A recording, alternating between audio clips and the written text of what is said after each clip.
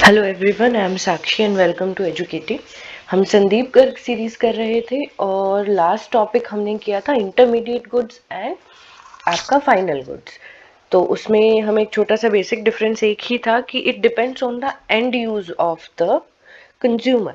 तो ये उसके ऊपर कुछ बेस्ड क्वेश्चंस हैं विच यू शुड ट्राई, क्योंकि लास्ट क्लास में मैंने सब एक्सप्लेन कर दिया है, बट स्टिल एक दो पार्ट में करा देती हूँ यहाँ पे। इंटरमीडिएट प्रोडक्ट और फाइनल प्रोडक्ट में एक ही डिफरेंस है। फाइनल प्रोडक्ट के बाद ये जो फाइनल प्रोडक्ट होता है वो प्रोडक्शन बाउंड्री को क्रॉस कर चुका होता है, फर्दर रीसेल या फर्दर एडिशन उस प्रोडक्ट में नहीं होता है। और इंटरमीडिएट गुड्स में value is yet to be added, this is the only thing.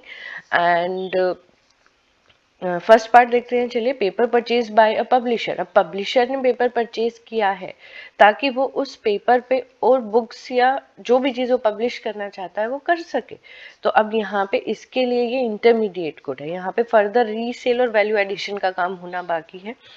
Furniture purchase by school. School ने जो फर्नीचर परचेज किया उसमें ना तो वो कोई वैल्यू एडिशन करेंगे ना कोई और चीज़ वो यहाँ पे करने वाले हैं, तो इसलिए वो आपका फाइनल प्रोडक्ट होगा। तो इसके बेसिस पे इस तरह से आप क्या करेंगे, इन सभी को डिफ्रेंशिएट करेंगे। Try all these questions, along with that you will have back question also. तो इसी के बेसिस पे आप इनको डिफ्रेंशिएट करते चलिएगा। कुछ क्वेश्चंस इसमें अक्सर आ जाते हैं कि आप बताएं कि फाइनल गुड है या इंटरमीडिएट गुड है। नेक्स्ट टॉपिक जो हमारा है वो है consumption good and capital goods.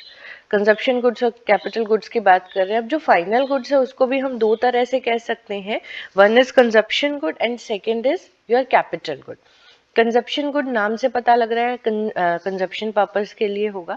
Consumption goods refers to those goods which satisfy the wants of consumers directly. ये वो गुड्स हैं जो कंज्यूमर की वांट्स को सेटिस्फाई करते हैं। Bread, butter, shirt, pen, television, furniture, they all are your consumption good. Consumption goods की कुछ कैटेगरीज हैं, इन्होंने सब डिवाइड किया है इसको। First is durable goods. नाम से पता लग रहा है जो भी प्रोडक्ट होगा उसकी एक लाइफ स्पेन अच्छा होगा, ड्यूरेबल होगा। If it refers to those goods which can be used again and again over a considerable period of time। हम उसको बार बार यूज कर सकते हैं और इसका लाइफ स्पेन थोड़ा बड़ा लंबा होता है। तो जैसे टीवी है, रेफ्रिजरेटर है, हम 7 8 10 साल तक हम टीवी और रेफ्रिजरेटर को यहाँ पे यूज कर सकते हैं। सेमी ड्यूरेबल जो गुड्स हैं आपके, ये है कि इनका ड्यूरेबल गुड्स की जितना लाइफ नहीं होता, बट हाँ दे हैव बेटर लाइफ। अगर हम देखें नॉन ड्यूरेबल गुड्स से, जो मैं अभी आगे बताऊंगी, तो goods which can be used for a limited period of time are termed as semi-durable goods. These goods have a lifespan of around 1 year। 1 साल का लाइफ स्पेन होता है। क्लोथ्स है, क्रॉकरी है, शूज है, लगभग 1 1.5 साल तक ही ये सब चीजें हमारी चलती हैं। नॉन ड्यूरेबल गुड्स कौन से होते हैं? Goods which are used up in a single act of consumption are known as non durable goods. ये क्या है? अगर हमने मिल्क परचेज किया, ब्रेड, बटर, मैगी, आपका पेपर, वट इस तरह की जो भी चीजें हैं जो हमने बाय की and single act of consumption में वो फिनिश हो गया, तो वो आपके ड्यूरेबल गुड्स होते हैं। This goods can not be used more than once. एक से ज्यादा हम इनको यूज नहीं कर सकते। They lose their identity in single act of consumption. Milk है, ब्रेड है, फूड ग्रेन, पेपर एक्सेट्रा। तो this is your non durable good. And next is services. Service refers to non material goods. ये material नहीं होते, non material होते हैं, which directly satisfy the human wants. They are intangible activity. इनको आप touch नहीं कर सकते हो, इंटेंजिबल होती हैं ये। They can neither be seen और टच्ड। अगर आप किसी टीचर से पढ़ रहे हैं, डॉक्टर की कोई सर्विस ले रहे हैं, बैंक सर्विसेज यूज कर रहे हैं, दे ऑल आर सर्विस। और ये आपके आपके बेसिकली नॉन मटेरियल गुड्स हैं और इंटेंजिबल कैटेगरी में आता है। तो 4 कैटेगरी हुई हमारी कंजप्शन की।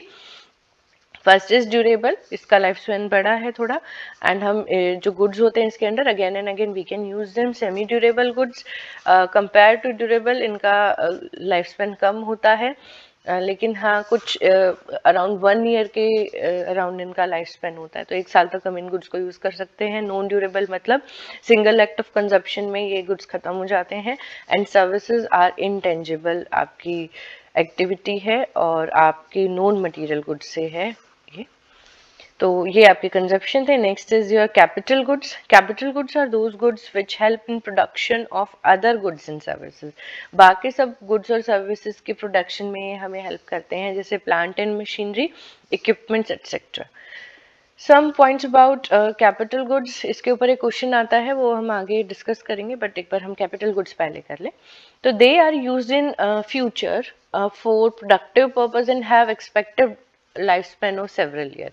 देखिए, प्रोडक्टिव पर्पस के लिए यूज होता है. अगर हम मशीन लेके आते हैं तो उस मशीन को भी हम किसी चीज को प्रोड्यूस करने में यूज करेंगे, और इनका लाइफ स्पेन जो होता है सेवरल ईयर्स का होता है, 5-10 साल के करीब का, जो भी वेरी करता है machine to machine.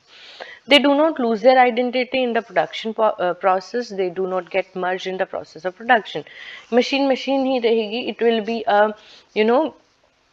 tool, or it will be a tool to produce further things. तो जो भी उसकी आइडेंटिटी है वो अपनी आइडेंटिटी लूज नहीं करेगी, और प्रोडक्शन प्रोसेस में ये मर्ज नहीं होगी. दे नीड रिपेयर्स और replacement over a time as they depreciate over a period of time. देखिए, इसमें रिपेयर रिप्लेसमेंट होती है. मशीन में टीयर वियर हो जाता है, खराब हो जाती है, तो उसकी रिप्लेसमेंट के पार्ट्स की रिप्लेसमेंट होती है, रिपेयरिंग भी होती है. And we also know that plant and machinery हमारी एक फिक्स्ड एसेट, अगर हम बिजनेस परस्पेक्टिव से देखें या ड्यूरेशन ऑफ उसके हिसाब से देखें, इसकी जो लाइफ होती है, तो ये क्या है, हमारी फिक्स्ड एसेट की कैटेगरी में आते हैं. जो फिक्स्ड एसेट जितनी भी होती हैं, they depreciate over a period of time. What is depreciation? Reduction in the value of, reduction, हम आगे करेंगे इस टॉपिक को भी, in the value of fixed asset. तो ये फिक्स्ड एसेट की वैल्यू में रिडक्शन होता है, तो ये आपका कैपिटल गुड्स में होता है. डेप्रिसिएशन होता है, रिपेयर एंड रिप्लेसमेंट होता है.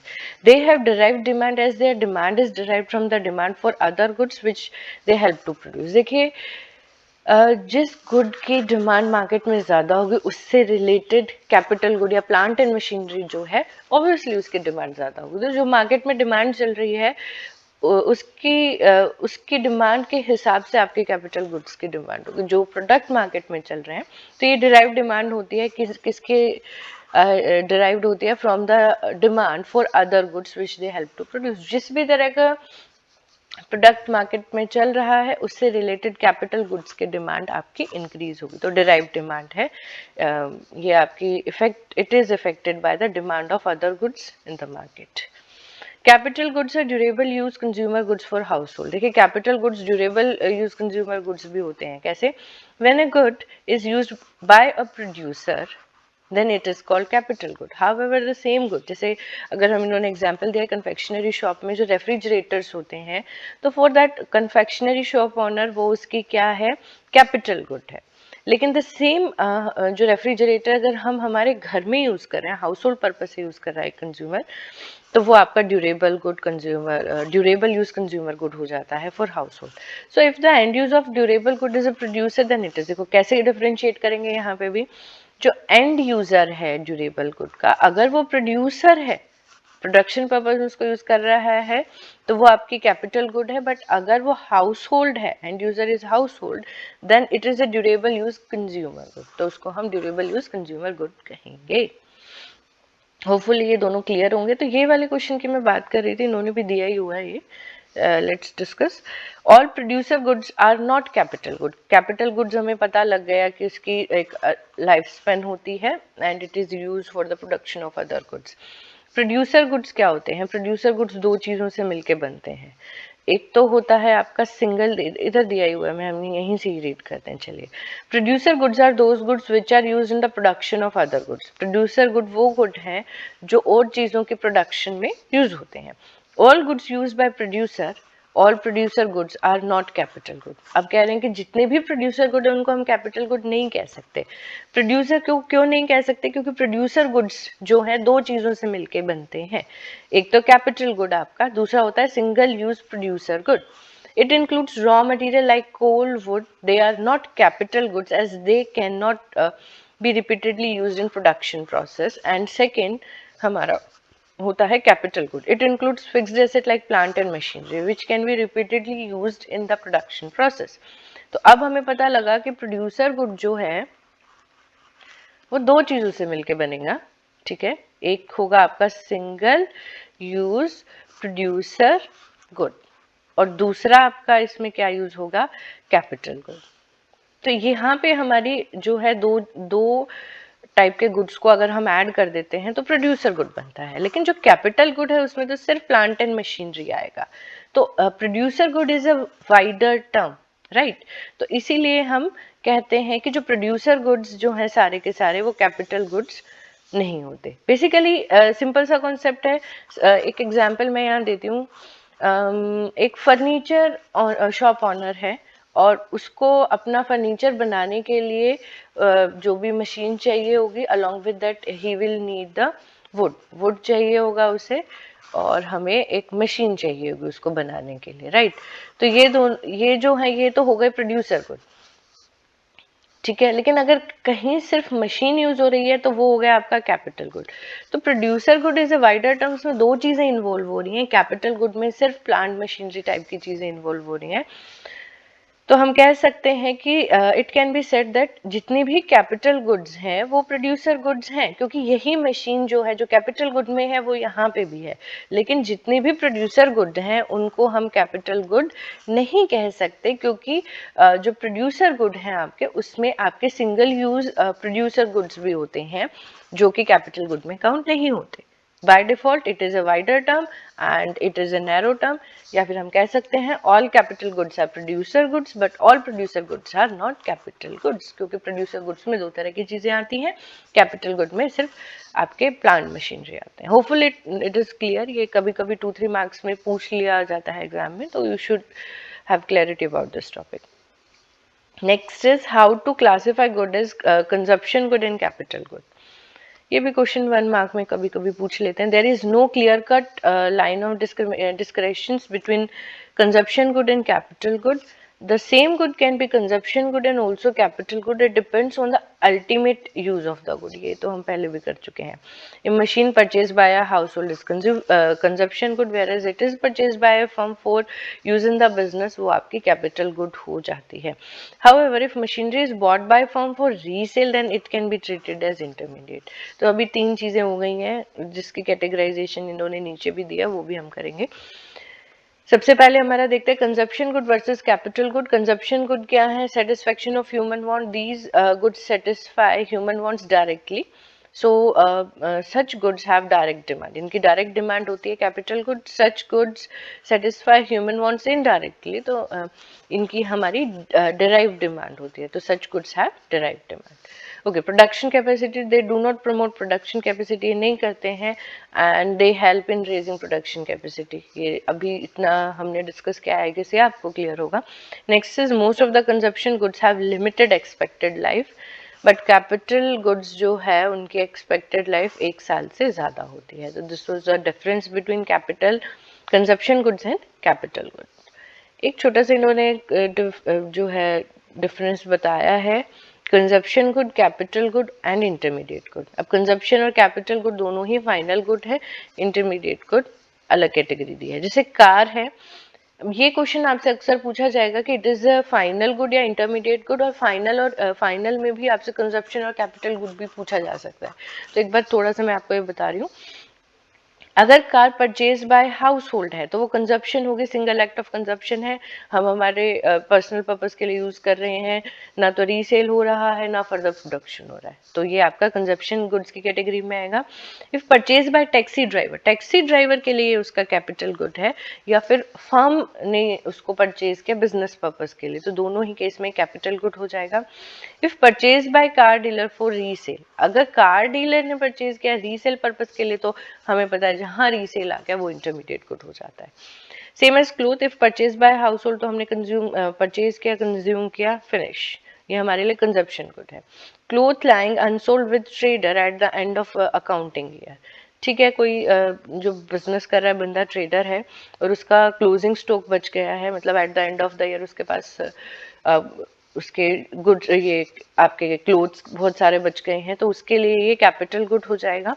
And if purchase by tailor for making dresses, tailor ने इसको खरीदा है ताकि वो ड्रेस बना सके, तो उसके लिए वो एक इंटरमीडिएट गुड है। If purchase bye garment shop for resale. देखिए इंटरमीडिएट गुड और आपका फाइनल गुड का सीधा डिफरेंस यही था कि रीसेल पर्पस या फिर फर्दर उसमें वैल्यू एडिशन जो है उसके लिए आप यूज कर रहे हैं तो वो इंटरमीडिएट गुड है।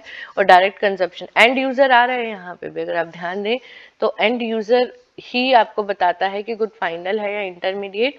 और कंजप्शन और कैपिटल में बताता है कैसे पता लगेगा हमें कि अगर वो बिजनेस पर्पस के लिए है तो कैपिटल में आ जाएगा, कंजप्शन पर्पस के लिए है या हाउस होल्ड जहाँ आ जाता है तो वो कंजप्शन गुड हो जाता है।